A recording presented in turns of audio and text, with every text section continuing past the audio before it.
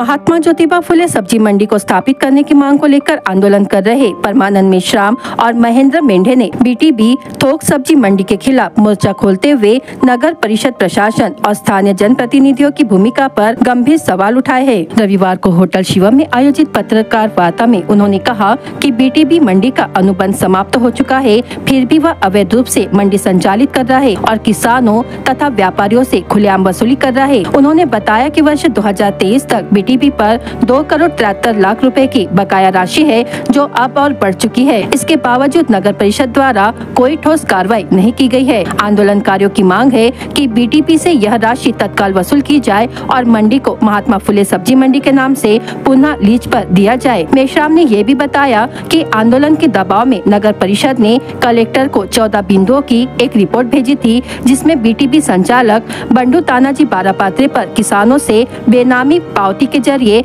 अवैध वसूली का आरोप लगाया गया था। इसके आधार पर भंडारा पुलिस ने उनके खिलाफ उग्राही का मामला दर्ज किया है। प्रेस वार्ता में ये भी खुलासा किया गया कि बीटीबी संचालक ने मंडी परिसर में अवैध रूप से चल रही कैंटीन से 40,000 रुपए मासिक किराया वसूला और वहां सामान्य से अधिक दरों पर नाश्ता बेचा जा रहा था। नगर परिषद द्वारा एक बार कैंटीन बंद करवाई गई थी, लेकिन अधिकारियों और नगर परिषद पैनल वकील की मिलीभगत से उसे दोबारा शुरू करवा दिया गया। मेश्राम ने नगर परिषद प्रशासन को चेतावनी देते हुए कहा कि यदि एक सप्ताह के भीतर बीटीबी पर ठोस निर्णय नहीं लिया गया, आंदोलन और उग्र रूप धारण करेगा।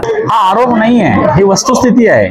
कारण बीटीबी या संस्थेला नगर परिषद भंडारानी 9 वर्षाच्या लीज करता ती भाजी मंडी दिलेली होती आणि भाजी मंडीच्या याच्यामध्ये लीज मध्ये अशी प्रक्रिया होती की त्यांनी ते विकासक म्हणून त्यांनी ते करायला पाहिजे होता। त्यांनी विकासाच्या नावाखाली भाजी मंडीच्या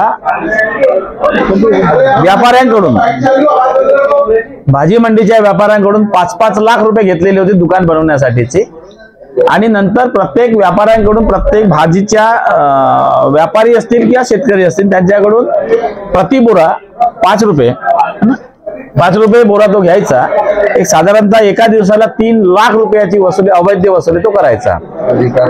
तर या विरोधामध्ये आम्ही आवाज उठवला बीटीबी हटाव संघर्ष समितीच्या नावाने आणि 11 डिसेंबर 2023 मध्ये त्यांच्या विरोधात आंदोलन करत असताना तेव्हापासून त्याची बीटीबीची ती भाजी मंडी बंद झाली। आमचा मुद्दा असा आहे की बीटीबीच्या विरोधात म्हणजे बीटीबीला जी लीज दिली गेली होती त्याचा 2 करोड 73 लाख रुपये काही रुपये अशा पद्धतीची जी थकबाकी आहे नगर परिषदेची, ती नगर परिषदेने वसूल करावी। बीटीबीनं अवैध पद्धतीनं त्या ठिकाणी दुकानाचे गाळे त्यांच्या कब्जामध्ये आहेत। काही गाड्यावरती त्यांनी स्वतःचा ऑफिस केलेला आहे। त्या बीटीबीला अधिकार नसताना त्यांनी कॅन्टीन उभी केलेली आहे। त्या बीटीबीला अधिकार नसताना त्यांनी ती कॅन्टीन इतराला भाडे तत्वावर दिलेली आहे, ज्या भाड्याचा प्रत्येक महिन्याला त्याला 40,000 रुपये दिलं जातं।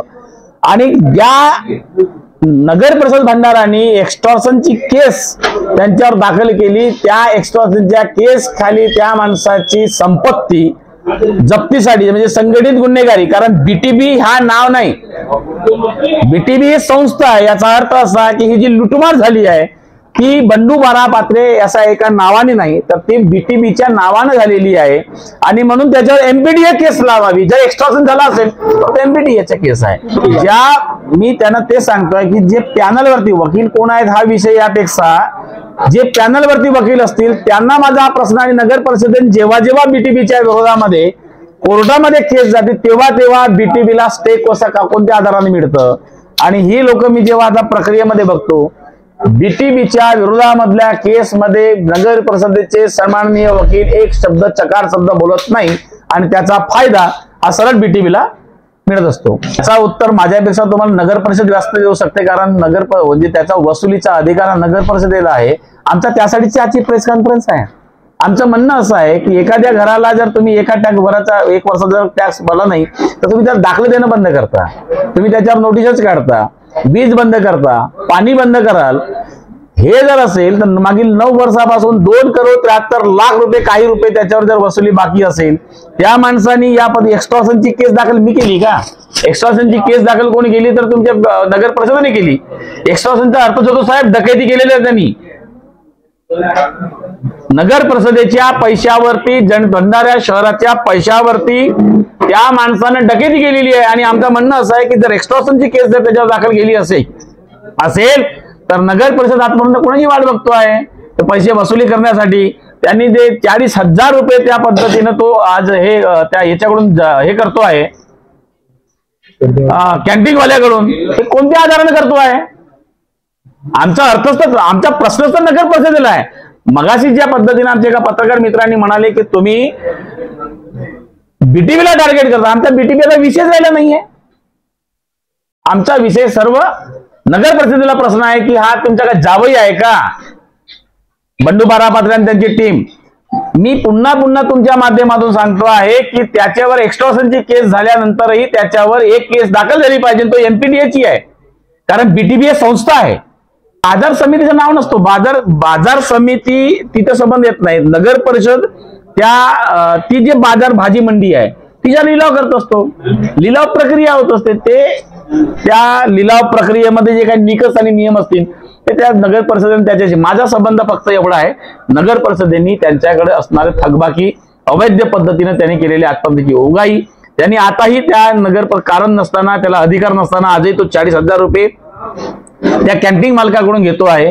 कॅन्टीन वाल्यांकडून ज्या पद्धतीने जे साधारणतः जर त्या शेतकऱ्यांच्या हितासाठी जर ती कॅन्टीन बनली असेल तर त्या दर ठरले असतील. दर हे नगर परिषदेने दर ठरवलेले आहेत का? चायचं किती, नाश्त्याचं किती, समोसा किती, जेवणाची थाळी किती, हे जे दरपत्रक कुठे आहेत? मग हा दरपत्रक त्या कॅन्टीनने ठरवलं, कॅन्टीन मालकांनी. हा दरपत्रक त्या बीटीबीने ठरवलं, हा दरपत्रक नगर परिषद ठरवलं. हे नगर परिषदेचं उत्तर द्यावं ना. अत्यंत कायदेशीर भूमिका राहील. यानंतर मोर्चे निघणार नाहीत. या म्हणजे बीटीबी या संस्थेच्या विरोधाच्या सोबतच आमची नंतरच्या भूमिकेमध्ये नगर परिषद आणि इथला असणारा कोणताही प्रशासकीय जी यंत्रणा असेल ज्यात त्याच्या संबंधित असेल त्यांच्या विरोधामध्ये कोर्टात जाऊ. काही जिल्ह्यातले नेते आहेत, काही जिल्ह्याच्या बाहेरचे नेते आहेत, त्यांना बीटीबीला अवैध पद्धतीने जी 9 वर्ष काढली त्याच्यानंतर लीज प्रक्रिया समोर जावी. पत्रकार परिषदेच्या माध्यमातून मी तिथला व्यापारी आहे आणि शेतकरी पण आहे. शेतकऱ्याचा मुलगा व्यापार करतो तो भाग वेगळा झाला. पण हे जे आता 2015 ते 2024च्या दरम्यान जे काही शेतकऱ्याची आर्थिक लूट झाली आहे, हे लूट बंद व्हावं म्हणून मी सातत्याने 2015 ते 2024 पर्यंत लढाई लढली आणि ते लढाई यशस्वी झाली. आणि शेतकऱ्याला मी शेतकऱ्याला जे तिथे लूटमार होत होता ते बंद केली.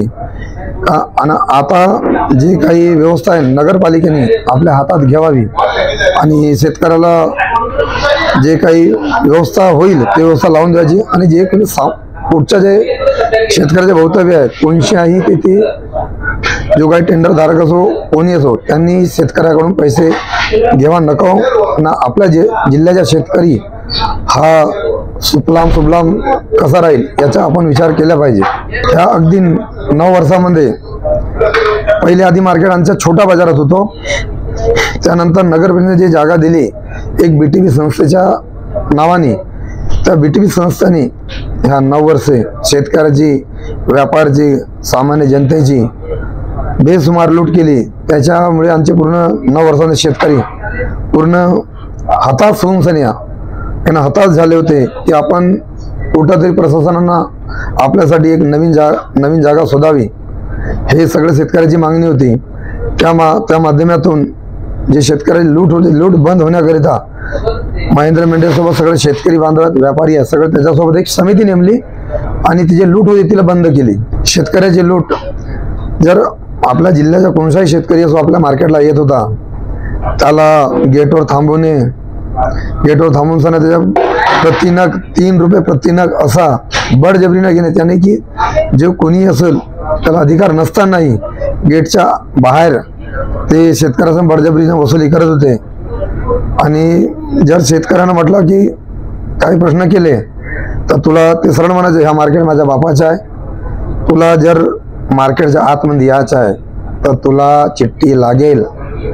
हे जे त्याचे लीज धारक होते त्यांचा स्पष्ट म्हणणे होते ही जागा माझी आहे. माझ्या अनुभवाप्रमाणे का की मी ते सातत्यानं त्या मार्केटला आता 20 वर्षापासून व्यवसाय करत आहे. रोजची अंदाजेप्रमाणे मोटरसायकल 2000 मोटरसायकल 200-300 पिकअप मोठे वाहने असं म्हणून एकूण 500-700 गाड्या डेलीच्या. हा जर कोणी शेतकरी माल आणत असेल तर त्यांच्याकडून चिठ्ठीचे पैसे घ्यायचे. जर कोणी व्यापारी बाहेर जायत असेल त्याच्यासोबत गाडीप्रमाणे पैसे घ्यायचे. हे अशी आर्थिक लूट झाली आहे. समोर माझ्या अंदाजेप्रमाणे आता जे काय असेल त्यांनाच माहिती, तिजोरीमध्ये पैसे जे लोक गोळा करत होते, आता लाख होते 2 लाख 3 लाख, ते आता गोळा करत होते. आता मोजणी तर मी करावं गेलो नाही, ते त्यांना माहिती असेल की मी आता तरी पण माझा असा अंदाजे प्रमाणे की 1-1.5 लाख रुपये असं काही असं होत असेल. समोर अंदाजे सांगतो 5 लाख रुपये होत असतील, मला माहित नाही. शेतकऱ्याची मागणी आता जे हे जागा नगर परिषदेने आपल्या ताब्यात घेतली आहे, नगर परिषदेने कोणीतरी एक नवीन टेंडरधारक केलेला आहे. त्या टेंडरधारकाला माझी थेट विनंती आहे की आपण भंडारा जिल्ह्याच्या शेतकऱ्याकडून कोणशीही वसूल फी न घ्या. जे काही बाहेरून माल येते, बाहेरच्या जिल्ह्यातून माल येत असेल किंवा बाहेरच्या इस्टेटून माल येत असेल, त्याच्याकडून जे कोणी व्यापारी व्यापार करत असेल त्याच्याकडून तुम्हाला घेण्याचा अधिकार आहे.